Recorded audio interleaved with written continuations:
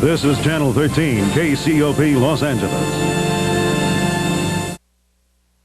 And speaking of air pollution, Susan, I suppose we'll have to go up to Big Bear again to breathe clean air down by the coast or something. That's the same old, really the same old forecast for the past 10 days.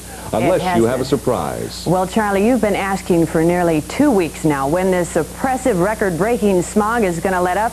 Finally, I have an answer. We're only a day or two away from breathable air. Fewer first-stage health advisories were issued today because of the cooler weather and fog that hung around until noon.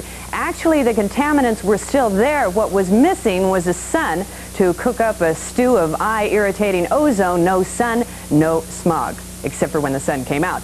No sun, cooler temperatures as well. Fog keeping the lid on temperatures around here and elsewhere in the state. A mild 79, the high for Los Angeles. The Hollywood-Burbank area, just 80 degrees. Cool in the beach cities, north and south. The interior was hot again, twin 100s for Bakersfield and Palm Springs.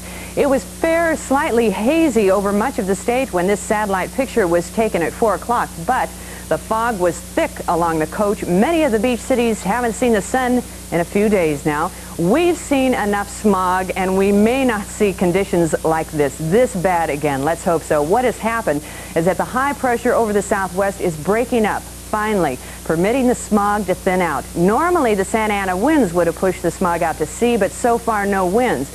We will need a Santa Ana, though, to get rid of all of it. But until then, pollution officials say the air should be downright breathable by Saturday. Tomorrow, cooler everywhere except at the mountains and deserts. Fair again in the interior. We'll have some overnight low cloudiness, but mostly sunny by the afternoon. Good air quality is predicted in Big Bear Lake, Charlie. Also the high and low deserts, the coast, and the best news of all, good air quality in the metro area. Now we just have to get the inland valleys cleared out and we'll be home free. Does that mean we don't have to pack up the van and go up to Big Bear again tomorrow? No, you can stay we can just at hang home. Out. Really. Terrific. The outcome of the Royals-Yankees game and a recap of the night's top stories right after this break.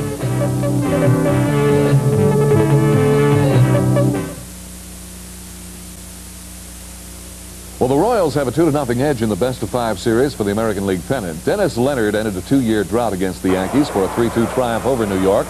Leonard's last win against the Yankees was in July of 1978.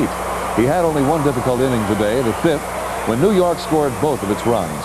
And by the way, no team in the 11-year history of the playoffs has ever come back from a 2-0 deficit to win the title. The series now moves to New York. The National League playoff series resumes at the Astrodome tomorrow afternoon.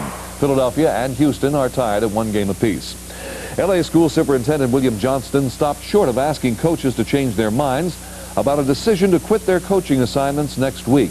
A 122-16 vote favoring a walkout was taken last night by high school coaches. Susan? Charlie, recapping national and world headlines, State Department officials say they are in contact with Bruce Langan, the top U.S. diplomat being held hostage in Iran. They say they were last in touch with Langan during the past 48 to 72 hours. Langan and 2 other Americans are believed to be inside the Iranian Foreign Ministry in Tehran. Iraq says it has surrounded the besieged Iranian city of Dizfoul, and Iran charges that Iraq has used long-range missiles to pound Dizfoul, the site of pipelines that carry oil to Tehran. Iraq also claims to have destroyed power stations and set ablaze fuel stations in the capital of oil-rich Khuzestan province, Awaz. In the meantime, Susan, Iran's President Bani Sadr says the Iranian military picture is better today than yesterday, and the war is entering its final stages. Today, Ronald Reagan denied he ever said air pollution is under control. But when reporters pointed out that his campaign had issued such a statement yesterday, Reagan said he thinks air pollution has been controlled. Susan? Just ask us, right? Finally tonight, the owners of an Abeline, Texas funeral home are upset with Southwestern Bell Telephone. At issue is a yellow page heading under which the funeral home was listed. Frozen foods wholesale. The owners say the funeral home has been held up to public ridicule because of the misplaced listing. There have been a lot of crank calls, like one caller asking what meat was on special for the day. That was the last straw. The funeral parlor owners turned to another heading in the yellow pages. The one listing attorneys, they're suing Charlie for $311,000. I don't believe that story at all. That's our news for this evening. Thank you so much for watching. We'll see you again tomorrow night.